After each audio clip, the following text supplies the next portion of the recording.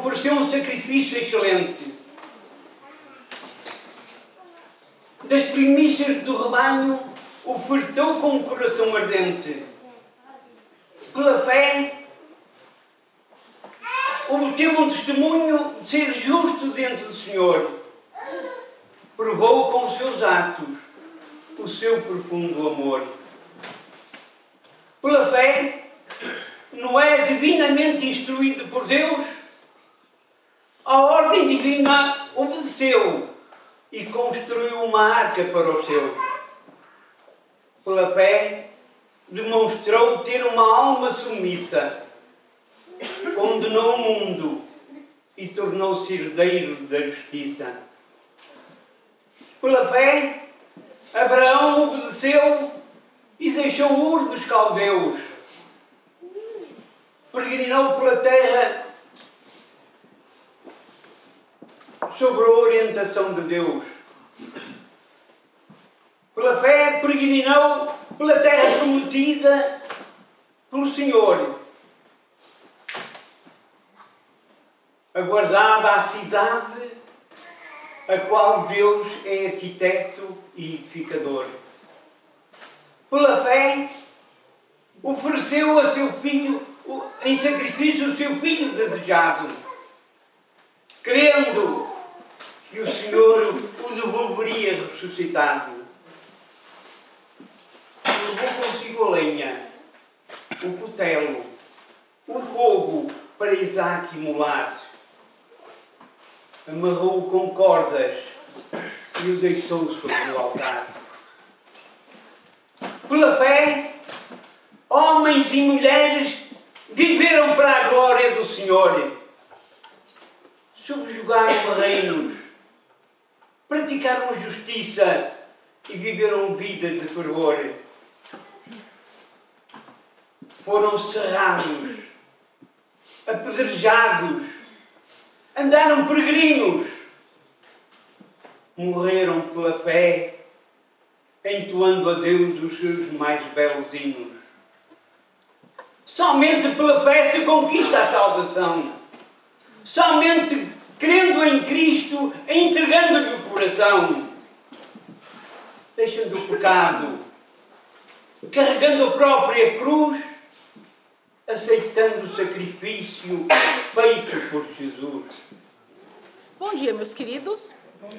O meu tema são os discípulos amados. Então, nós vamos ler primeiro Mateus 16, 24 e 25.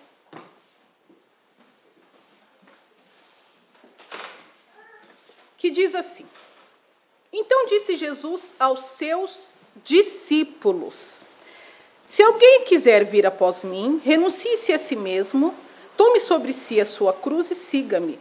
Porque aquele que quiser salvar a sua vida, perdê-la-á. E quem perder a sua vida por amor de mim, achá-la-á. Pois que aproveita o homem ganhar o mundo inteiro, se perder a sua alma? Ou que dará o homem em recompensa da sua alma? Até aqui. E os discípulos amados e são discípulos. Interessante. E a questão é, na Grécia Antiga, os grandes filósofos tinham o costume de recrutar pessoas para serem seus discípulos, para segui-los. E na época de Jesus também existiam os rabis, os mestres, que tinham discípulos. E um exemplo que nós temos da palavra era João Batista, que tinha muitos discípulos, né? Tinha alguns discípulos. E durante o ministério de Jesus, Jesus teve vários discípulos e Jesus disse o que os discípulos dele deveriam fazer. Jesus disse o qual deveria ser o procedimento deles se eles quisessem segui-lo. Só que esse texto aqui já, desde o começo do ano, nós estamos estudando, nosso tema esse ano é Sou Discípulo, estamos estudando sobre o discipulado, isso aqui já foi falado. E o interessante é, as pessoas que são discípulos de Jesus são por diversos motivos. Jesus tem discípulos e Jesus tem seguidores. E são bem diferentes um do outro. Por quê? Porque o discípulo, ser discípulo, implica ter compromisso. Implica ter um compromisso com o mestre. Aquele que é discípulo tem um compromisso com seu mestre. Então, se Jesus, partindo do princípio que nós somos discípulos, partindo do princípio que nós queremos servir ao Senhor, estamos dispostos a renunciar a nós mesmos, tomar a nossa cruz e segui-lo, então Jesus é o nosso mestre e nós somos seus discípulos.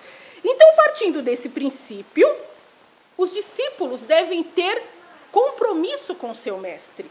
E o que nós vamos falar, o que eu também quero falar hoje, é acerca de alguns compromissos que nós devemos ter com o nosso mestre. Um dos compromissos que nós devemos ter com ele, que é diferente que os discípulos têm e os seguidores não têm, é que os discípulos amam a palavra. Então, nós vamos ler no Salmo 119, Salmo 119, 97.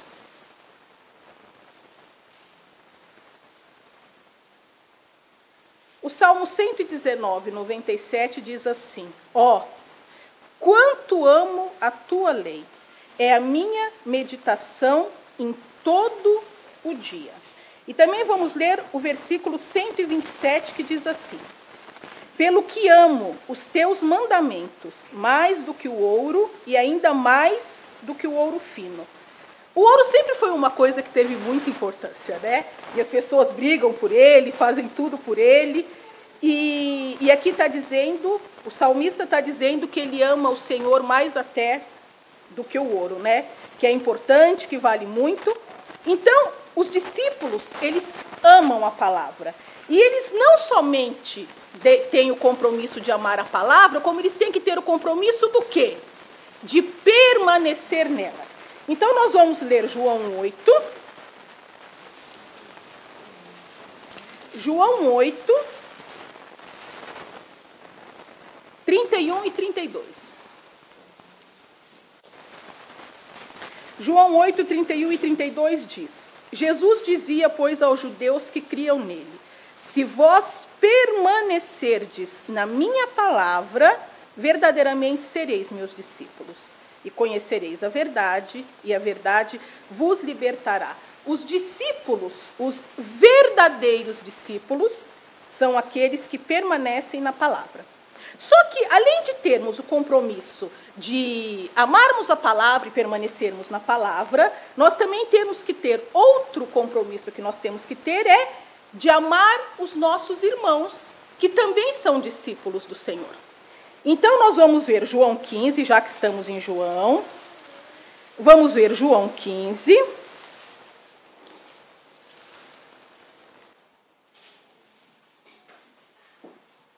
(17). E o interessante daqui é que isso aqui não é uma sugestão. Aqui é muito claro. Aqui o Senhor está dizendo: isso vos mando. Ele não está nos sugerindo, ele está mandando, né? Porque ele é o mestre, ele pode fazer isso. Então, isso vos mando, que vos ameis uns aos outros. Vamos ver também 1 Pedro. 1 Pedro 1, 22 diz: purificando as vossas almas na obediência à verdade, para amor fraternal não fingido, amai-vos ardentemente uns aos outros com um coração puro. E vamos aproveitar que nós estamos perto e vamos ler 1 João. 1 João 3,14. Nós sabemos que passamos da morte para a vida porque amamos os irmãos. Quem não ama o seu irmão permanece na morte. Então, quer dizer que quem não ama o seu irmão vai permanecer morto, né? Agora, outra coisa interessante, outro compromisso que o discípulo tem que ter é o compromisso de dar fruto. Então, nós vamos ver João, vamos voltar para João. João 15, 8. João 15, 8. Nisto é glorificado meu Pai, que deis muitos frutos, e assim sereis meus discípulos. O discípulo tem o compromisso de dar fruto, porque dar fruto glorifica ao Senhor, porque dar fruto mostra que nós somos discípulos dele. E um dos frutos, o fruto que podemos dar, que podemos produzir, está lá em Gálatas 5, é deixar que o Espírito Santo produza em nós o seu fruto. Em Gálatas 5, que nós já conhecemos, 22 e 23, que diz: mas o fruto do Espírito é amor, gozo, paz, longanimidade, benignidade, bondade, fé, mansidão e temperança, e contra essas coisas não há lei. Só que, além desse fruto, um outro fruto, porque esse aqui nós vamos deixar que o Espírito Santo produza em nós, e nós vamos mostrar o trabalho dele na nossa vida diária, quando nós amamos, quando nós somos benignos, quando nós temos fé, quando somos mansos, temperantes, nós mostramos isso com o nosso viver. Mas outro fruto que nós temos que produzir é apresentar ao Senhor vidas, o fruto de vidas que se renderam a Ele através de nós. Então, nós vamos ver Colossenses 1, agora nós vamos ler um bocadinho mais, Colossenses 1. Isso aqui me lembra a minha época de gincana bíblica, que a gente estava com a Bíblia vendo quem achava primeiro, né, os textos. Colossenses 1, de 3 a 8. Então, eu vou ler. Graças damos a Deus, Pai do nosso Senhor Jesus Cristo, orando sempre por vós, porquanto ouvimos da vossa fé em Cristo Jesus e do amor que tendes para com todos os santos, por causa da esperança que vos está reservada nos céus, da qual já antes ouvistes pela palavra da verdade do Evangelho, que já chegou a vós, como também está em todo o mundo, e já vai frutificando, como também entre vós, desde o dia em que ouvistes e conhecestes a graça de Deus em verdade, como aprendestes de Epáfras, nosso amado conservo, que para vós é um fiel ministro, o qual nos declarou também o vosso amor por Cristo, ou em outra tradução, fruto do vosso amor. Então, o que acontece? Aqui está dizendo que onde ele ia, ele estava produzindo fruto, né? Aqui está dizendo que o quê? Que ele vai e vai frutificando, estava frutificando entre eles, que é um dos nossos deveres, uma das nossas obrigações também. Então, vamos lá, outra também para Romanos. Romanos 1, de 13 a 17, que diz assim...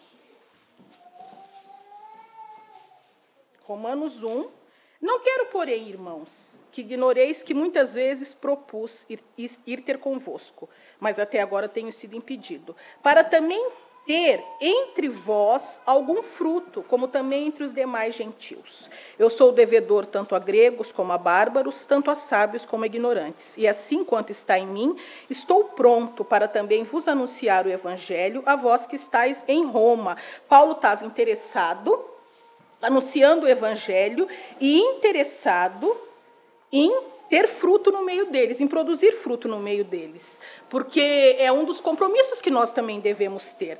Agora, se eu vou amar a palavra, eu vou permanecer na palavra, eu vou amar os irmãos e eu vou dar frutos, eu faço isso por quê? Porque isso é importante. Porque eu coloco a Cristo, eu vou fazer isso porque eu coloco a Cristo acima de todas as coisas, porque Ele está em primeiro lugar, porque eu sou amada, porque Ele me amou primeiro, nós somos amados, porque Ele nos amou primeiro. Então, nós vamos ver 1 João 4,19, que diz: nós o amamos porque Ele nos amou primeiro. E vamos também ver em João, o versículo 10, em João 4, o versículo 10. 1 João 4, versículo 10. Nisso está o amor. Não em que nós tenhamos amado a Deus, mas em que Ele nos amou a nós e enviou seu Filho para propiciação pelos nossos pecados. Então, somos amados, porque o Senhor nos amou primeiro, nos amou a ponto de se entregar por nós. E o mais interessante, nós vamos ver agora em Filipenses 2,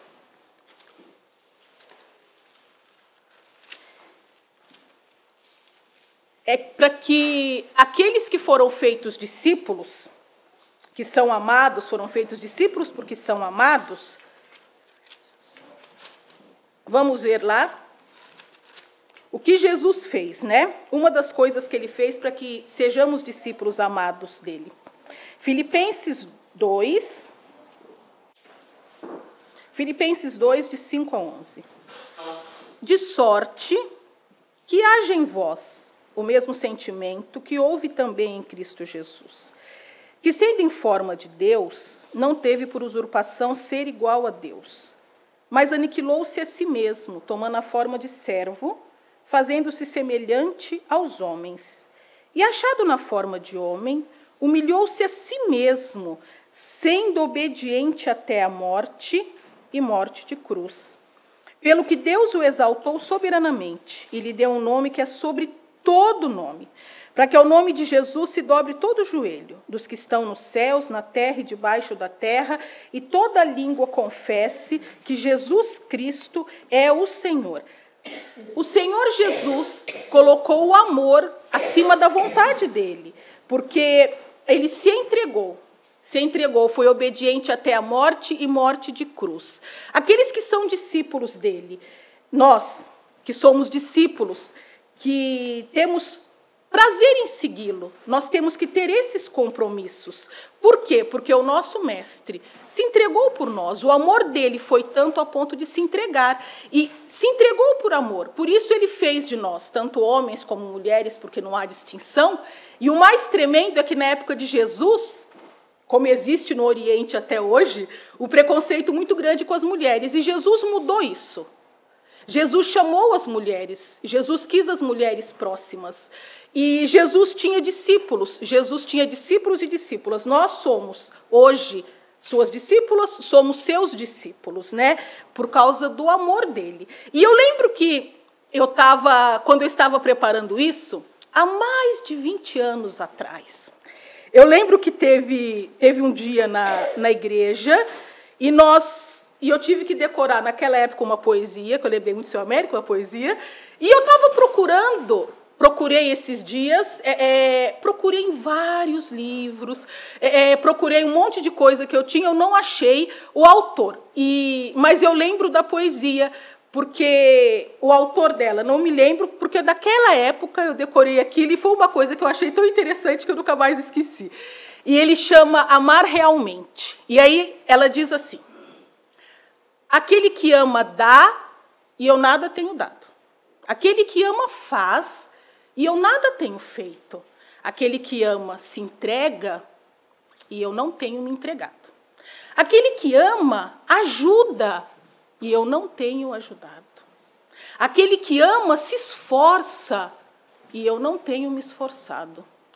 Senhor, se eu não te amo, ajuda-me, porque eu quero amar-te. Mas se eu te amo, que eu saiba demonstrar esse amor. Então, que como discípulos amados do Senhor, nós saibamos no nosso dia a dia demonstrar o amor que nós sentimos por Ele. Amém?